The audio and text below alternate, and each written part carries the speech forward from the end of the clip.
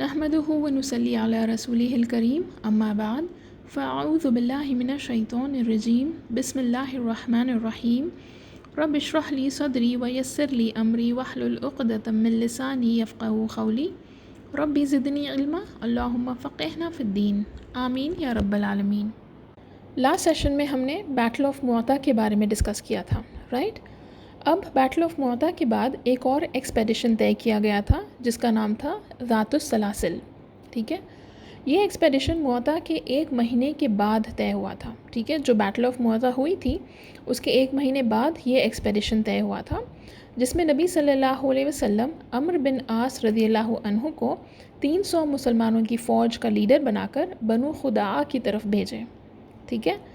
تو ذات السلاسل ایک ایریا کا نام ہے جو مدینہ کے نارتھ میں تھا، جہاں پہنچنے میں مدینہ سے اراؤنڈ 10 گھنٹے لگتے تھے، ٹھیک ہے؟ تو اب یہ بنو خداعہ کون تھے؟ تو بیسکلی یہ لوگ غسانجز کے الائز تھے، ان کے دوست تھے، اور یہ لوگ مدینہ اور غسانجز کے بیچ کا جو ایریا تھا وہاں رہتے تھے، ٹھیک ہے؟ ان لوگوں نے غسانجز کو مسلمانوں کے خلاف سپورٹ کیا تھا بیٹل آف موتا میں۔ تو ان کی اس حرکت کی وجہ سے نبی صلی اللہ علیہ وسلم نے ان کو دھمکانے اور ڈرانے کے لیے یہ فوج تیار کی۔ کیونکہ اگر ایسا نہیں کرتے تو یہ لوگ غسانجز کے ساتھ مل کر مسلمانوں پر حملہ کر سکتے تھے، ٹھیک ہے؟ تو یہ رسک تھا۔ جب موتا میں انہوں نے غسانجز کا ساتھ دیا تھا تو اس کا مطلب یہ تھا، رائٹ، کہ یہ لوگ مسلمانوں کے دشمن تھے اور ہو سکتا تھا کہ یہ لوگ اب مسلمانوں پر حملہ کریں گے، تو ان کو بھی ہینڈل کرنا ضروری تھا۔ تو نبی صلی اللہ علیہ وسلم نے عمرو بن عاص رضی اللہ عنہ کو اس گروپ کا لیڈر بنایا۔ ان کو کیوں چنا گیا؟ جبکہ عمرو بن عاص رضی اللہ عنہ بھی نئے مسلمان ہوئے تھے، اس کے باوجود بھی نبی صلی اللہ علیہ وسلم نے ان کو اس لیے چنا کہ ایک تو پہلے ان کو اسلام کی طرف اور اسٹرانگ بنانا تھا، ٹھیک ہے؟ اور دوسرا ریزن یہ تھا کہ ان کی جو دادی تھی وہ اسی جگہ سے تھی جہاں پر بنو خداعہ رہتے تھے، تو یہ بات ان کے فیور میں تھی کہ ان کے لوگ تھے وہاں پر، ٹھیک ہے؟ جس جگہ ان کو جانا تھا وہاں پر ظاہر سی بات ہے کہ ان کے لوگ تھے، تو وہ لوگ عمرو بن عاص رضی اللہ عنہ کو جانتے تھے، تو اس لیے نبی صلی اللہ علیہ وسلم نے ان کو اس گروپ کا لیڈر چنا۔ خیر، تو اب 8th year of ہجرہ جمادی الثانی کے مہینے میں یہ لوگ مدینہ سے نکلے، ٹھیک ہے؟ نبی صلی اللہ علیہ وسلم نے عمرو بن عاص رضی اللہ عنہ کے ہاتھوں میں اسلام کا فلیگ دیا اور 300 مسلمانوں کے ساتھ بنو خداعہ کے وہاں بھیجا۔ اب یہ صرف ان کو دھمکانے کے لیے اور ڈرانے کے لیے تھا، اس لیے بس 300 لوگ تھے، ٹھیک ہے؟ تو کہا گیا ہے کہ یہ لوگ رات میں نکلے تاکہ بنو خداعہ کو پتہ نہ چلے۔ جب یہ لوگ ذات السلاسل پہنچے تو عمرو بن عاص رضی اللہ عنہ کو لگا کہ ان کو اور لوگوں کی ضرورت ہوگی، تو انہوں نے نبی صلی اللہ علیہ وسلم کو یہ میسج بھجوایا کہ ان کو اور لوگوں کی ضرورت ہے۔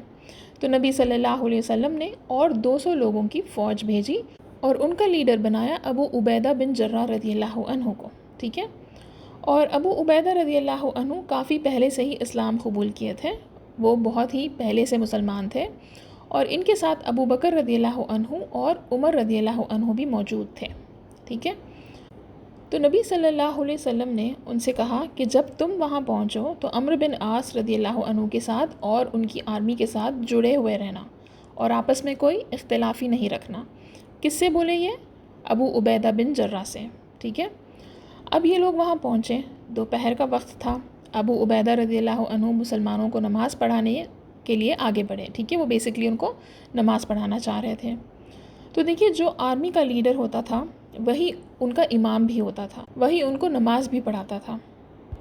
اب جب ابو عبیدہ رضی اللہ عنہ ان کی ٹیم کے پاس پہنچے، یعنی عمرو بن عاص رضی اللہ عنہ کی جو فوج تھی وہاں پہنچے، تو اب ان کے یہاں 2 لیڈرز تھے، رائٹ؟ ابو عبیدہ اور عمرو بن عاص۔ اب ابو عبیدہ چاہتے تھے کہ وہ نماز پڑھائیں، لیکن جب وہ نماز پڑھانے کے لیے آگے بڑھے تو عمرو بن عاص رضی اللہ عنہ نے ان سے کہا کہ میں لیڈر ہوں، نبی صلی اللہ علیہ وسلم نے مجھے لیڈر بنایا تو مجھے نماز پڑھانی ہے، تم کو تو نبی صلی اللہ علیہ وسلم نے صرف میری مدد کے لیے بھیجا ہے، اصل لیڈر تو میں ہوں، تو مجھے نماز پڑھانی ہے۔ جب کہ دیکھا جائے تو جیسا ہم نے کہا تھا، عمرو بن عاص رضی اللہ عنہ نئے مسلمان تھے اور ابو عبیدہ کافی عرصے سے اسلام پر تھے، ٹھیک ہے؟ تو جب عمرو بن عاص رضی اللہ عنہ نے ابو عبیدہ سے کہا کہ ان کو نماز پڑھانی ہے، تو ابو عبیدہ پیچھے ہٹ گئے کیونکہ ان کو نبی صلی اللہ علیہ وسلم کی بات یاد آ گئی کہ جیسے نبی صلی اللہ علیہ وسلم نے کہا تھا کہ کوئی ڈفرینسز نہیں رہنی چاہیے دونوں گروپس میں. ٹھیک ہے، تو اس لیے وہ پیچھے ہٹ گئے اور عمرو بن عاص رضی اللہ عنہ نے سب کو نماز پڑھایا. تو اب دوسرے دن صبح مسلمانوں نے بنو خداع پر حملہ کیا. اب بنو خداع کے لوگ جب مسلمانوں کو دیکھیں تو وہاں سے اپنا سارا مال چھوڑ کر بھاگ گئے اور اس طرح مسلمانوں کو بہت سارا مال غنیمت مل گیا. تو اس طرح اس ایکسپیڈیشن میں کوئی جنگ نہیں ہوئی، لیکن مسلمانوں نے بنو خداع کو یہ میسج کلیئرلی پہنچا دیا کہ وہ لوگ اب مسلمانوں سے کیئرفل رہیں، اور اگر وہ لوگ مسلمانوں کے ساتھ دشمنی کریں گے تو پھر اس کا انجام بھی دیکھیں گے. ٹھیک ہے، تو دیکھیے جیسا ہم نے لاسٹ سیشن میں بھی دیکھا تھا کہ کئی سارے جو ٹرائبس تھے وہ بیٹل آف موتا کے بعد مسلمانوں کی طرف ہو گئے. اور ایسا کیوں ہوا تھا؟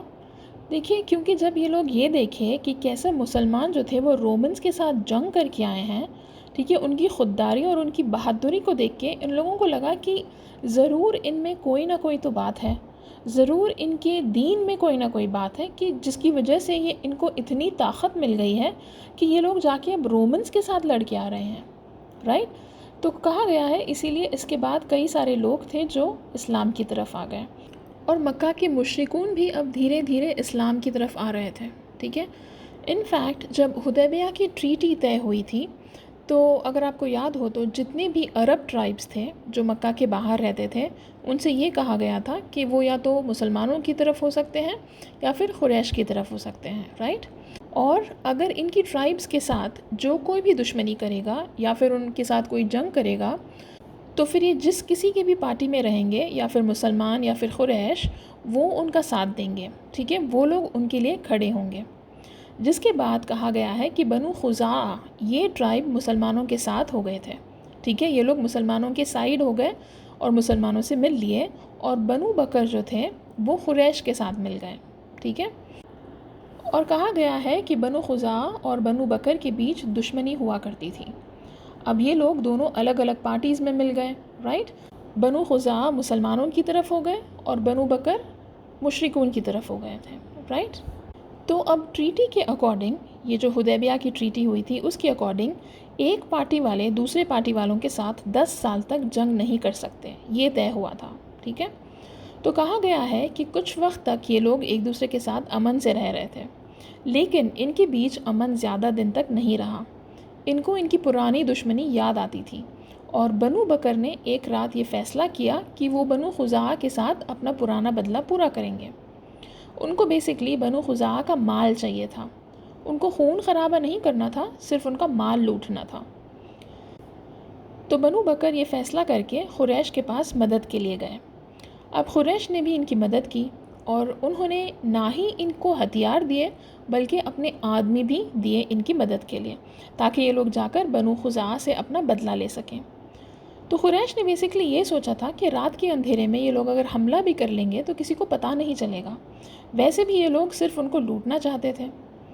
تو 8 ہجرہ کے شعبان کے مہینے میں الوطیر اس جگہ پر بنو بکر نے قریش کے ساتھ مل کر بنو خزاع پر حملہ کیا. اب بنو خزاع کے لوگ اپنی جان بچانے کے لیے ادھر ادھر بھاگے، شور مچانے لگے، اور بنو بکر تو اس کے لیے تیار نہیں تھے. وہ لوگ چپکے سے اپنا کام کر کے نکل جانا چاہتے تھے، لیکن جب یہ لوگ آواز کرنے لگے تو وہ لوگ ڈر گئے، اور ڈر کے مارے یہ لوگ ان کا قتل کرنے لگے.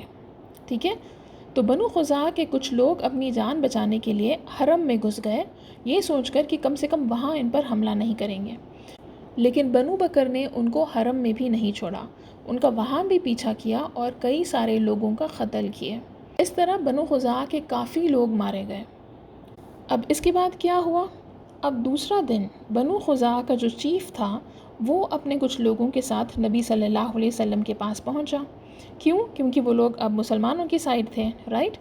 تو وہ نبی صلی اللہ علیہ وسلم کے پاس پہنچا اور نبی صلی اللہ علیہ وسلم کو وہ سب کچھ بتایا جو ان کے ساتھ رات کو ہوا تھا. اور کہا گیا ہے کہ اس لیڈر نے نبی صلی اللہ علیہ وسلم کو سب کچھ پوئٹری کے الفاظ میں بیان کیا. ٹھیک ہے، اور اس بارے میں ہم نے پہلے بھی ڈسکس کیا تھا. رائٹ؟ کہ اس وقت جو شاعری ہوتی تھی یا جو پوئٹری ہوتی تھی وہ کافی زیادہ چلتی تھی، کافی سارے لوگ اپنے ایموشنز اسی طرح بیان کرتے تھے. یہ طریقہ تھا ان کے دلوں کی تکلیف کو، ان کے ایموشنز کو ظاہر کرنے کا. جب نبی صلی اللہ علیہ وسلم نے ان کی بات سنی تو ان کو بہت بڑا شوق لگا کہ ان کے اگریمنٹس کے باوجود بھی انہوں نے کیسے ان پر حملہ کیا، یعنی بنو بکر نے کیسے بنو خزاعہ پر حملہ کیا۔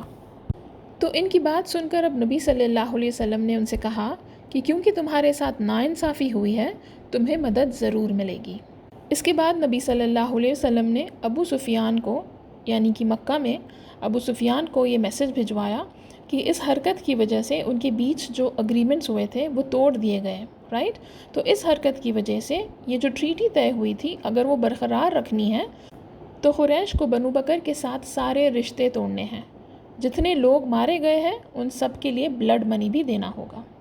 سو بیسکلی نبی صلی اللہ علیہ وسلم یہ کہہ رہے تھے کہ اگر تم کو یہ ٹریٹی برقرار رکھنی ہے تو تم کو بنو بکر سے سارے رشتے توڑنا ہے، ٹھیک ہے؟ اب قریش کو یہ بات اچھی نہیں لگی، وہ ڈر گئے کیونکہ صرف بنو بکر ہی تھے جو اب ان کے دوست تھے، ان کے الائز تھے۔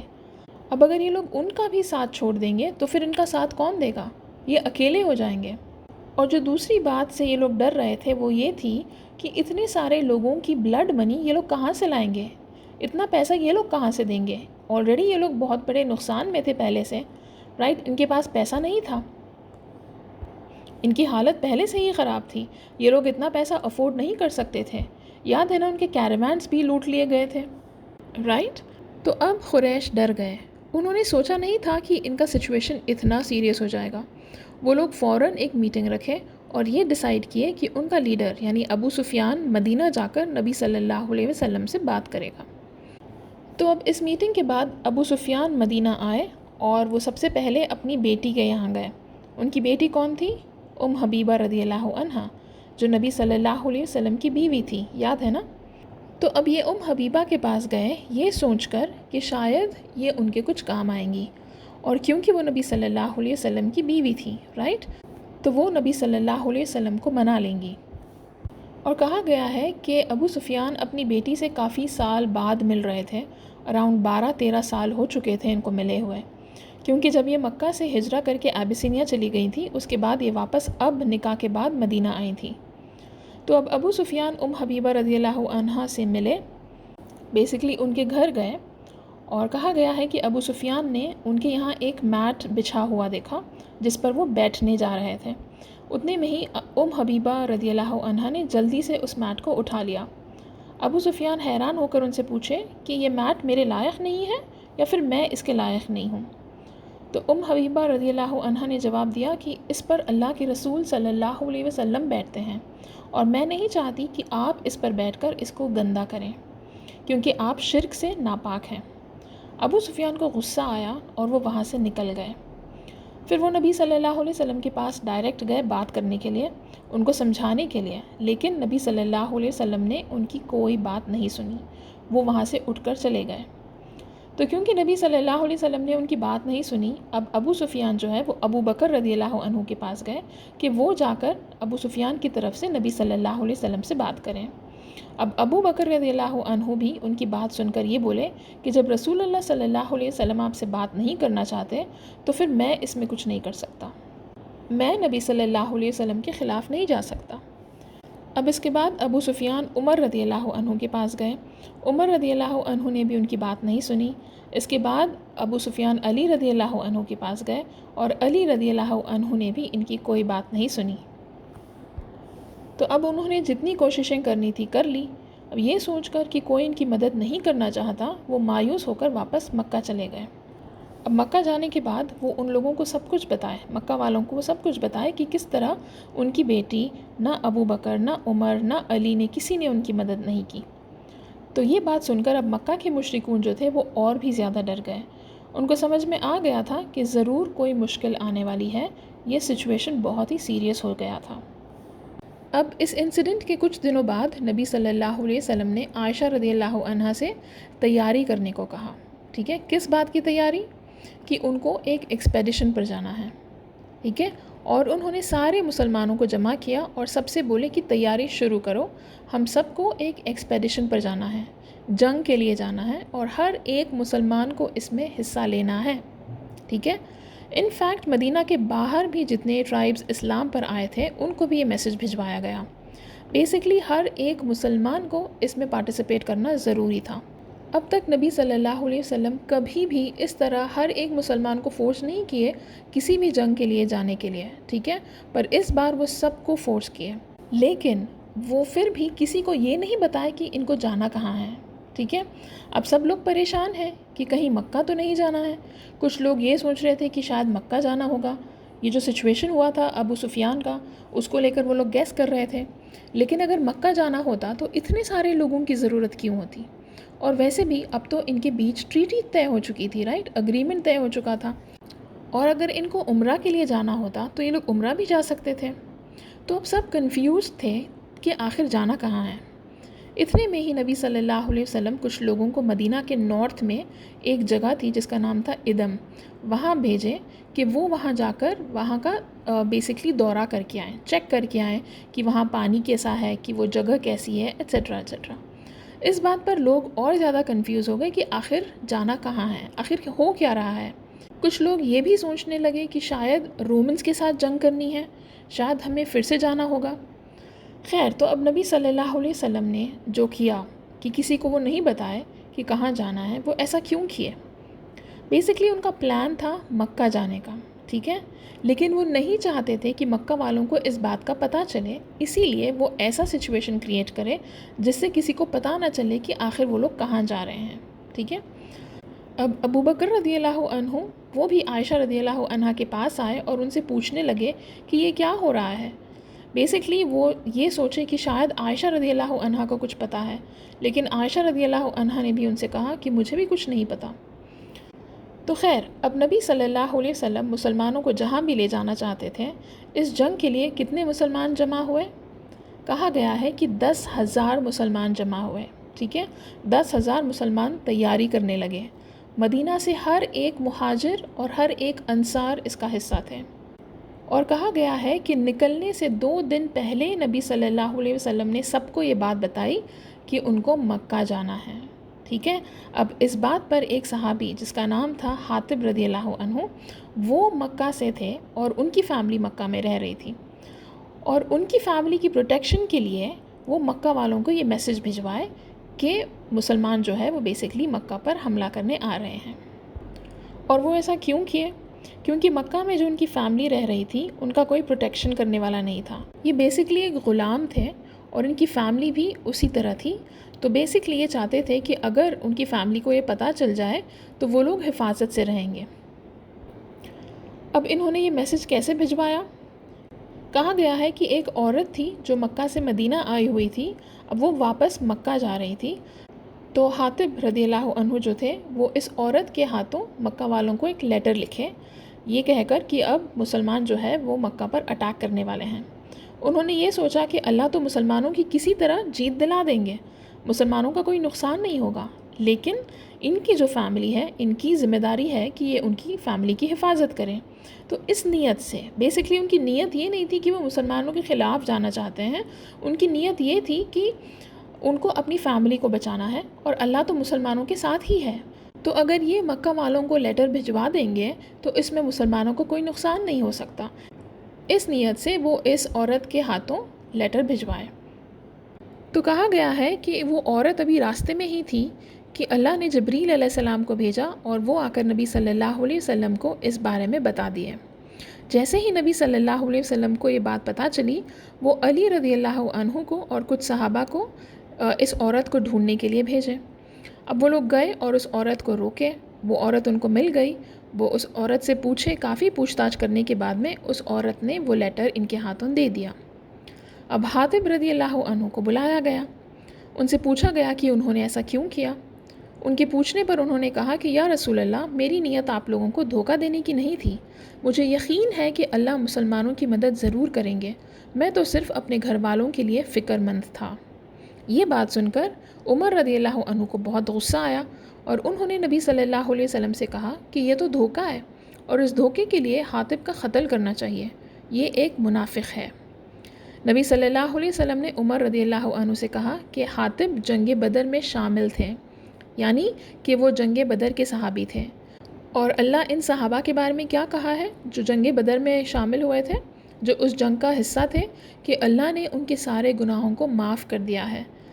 تو جب نبی صلی اللہ علیہ وسلم عمر رضی اللہ عنہ کو یہ بات یاد دلائے تو عمر رضی اللہ عنہ رو دیے کہ ان لوگوں کا درجہ جو بدر میں جو حصہ لیے تھے، جو صحابہ، ان کا درجہ اللہ نے اتنا بلند کیا ہے اور ان کو اتنا آنر دیا ہے کہ اللہ نے کہا ہے کہ تم جو چاہے کرو، میں نے تمہیں معاف کیا۔ سبحان اللہ۔ تو نبی صلی اللہ علیہ وسلم نے اسی بات پر حاطب رضی اللہ عنہ کو سچ بتانے پر چھوڑ دیا، ٹھیک ہے۔ اب فائنلی 8th ایئر آف ہجرہ کے 10th رمضان کی رات تھی۔ اس رات کو نبی صلی اللہ علیہ وسلم 10,000 مسلمانوں کے ساتھ فائنلی مدینہ سے نکلے، ٹھیک ہے۔ جب وہ لوگ جحفہ پہنچے تو نبی صلی اللہ علیہ وسلم کے چاچا عباس رضی اللہ عنہ وہ اپنی فیملی کے ساتھ مکہ سے ہجرہ کر کے مدینہ آ رہے تھے۔ سبحان اللہ۔ دیکھیے ہم نے پہلے ڈسکس کیا تھا رائٹ کہ عباس رضی اللہ عنہ مکہ میں ہی تھے رائٹ، اور اب وہ مکہ سے مدینہ ہجرہ کر کے آ رہے تھے۔ انہوں نے اسلام تو پہلے ہی ایکسیپٹ کر لیا تھا لیکن وہ مکہ میں ہی رہ رہے تھے۔ اب اس وقت انہوں نے ہجرہ کرنا سوچا اور وہ آخری صحابی تھے جو مکہ سے ہجرہ کیے۔ اب اس کے بعد ہجرہ کے سارے دروازے بند، یعنی کہ اب اس کے بعد جو کوئی بھی مکہ سے مدینہ آنا چاہے وہ اب ہجرہ میں کاؤنٹ نہیں ہو سکتا، ٹھیک ہے۔ اس لیے کہا گیا ہے کہ عباس رضی اللہ عنہ آخری صحابی تھے جو مکہ سے ہجرہ کیے، ٹھیک ہے۔ تو اب جب عباس رضی اللہ عنہ نبی صلی اللہ علیہ وسلم کو اور اتنے سارے مسلمانوں کو دیکھے تو وہ حیران ہو گئے کہ آخر یہ لوگ کہاں جا رہے ہیں اور کیوں جا رہے ہیں۔ وہ نبی صلی اللہ علیہ وسلم سے پوچھیں اور نبی صلی اللہ علیہ وسلم نے ان کو یہ جواب دیا کہ وہ مکہ پر حملہ کرنے جا رہے ہیں۔ عباس رضی اللہ عنہ یہ سن کر پریشان ہو گئے، اور کیونکہ دیکھیے جتنا بھی کہیں جو بھی کہیں یہ لوگ ایک دوسرے کے رشتہ دار ہی تو تھے رائٹ۔ قریش جو تھے وہ نبی صلی اللہ علیہ وسلم کی ہی تو ٹرائب تھی، عباس رضی اللہ عنہ بھی وہی ٹرائب سے تھے رائٹ، یہ لوگ ایک دوسرے کے رشتہ دار ہی تھے۔ تو اب جیسے ہی عباس رضی اللہ عنہ کو یہ بات پتہ چلی وہ پریشان ہو گئے اور وہ نبی صلی اللہ علیہ وسلم سے ریکویسٹ کرنے لگے کہ وہ ایک بار جا کر ابو سفیان سے بات کریں گے، یعنی وہ نبی صلی اللہ علیہ وسلم سے یہ ریکویسٹ کیے کہ وہ خود عباس رضی اللہ عنہ خود جا کر ابو سفیان سے بات کریں گے، اس کے بعد نبی صلی اللہ علیہ وسلم کو جو فیصلہ کرنا ہے وہ کر سکتے ہیں، لیکن ان کو ایک بار کوشش کرنی تھی۔ تو جب وہ نبی صلی اللہ علیہ وسلم سے یہ بات بولے تو نبی صلی اللہ علیہ وسلم نے ان کو اجازت دے دی، اور اس کے بعد کیا ہوا انشاءاللہ ہم نیکسٹ سیشن میں دیکھیں گے۔ اس سیشن کو ہم یہیں روکتے ہیں، ٹھیک ہے۔ سبحانک اللہم و بحمدک، نشہد ان لا الہ الا انت، نستغفرک و نتوب الیک۔ السلام علیکم ورحمۃ اللہ وبرکاتہ۔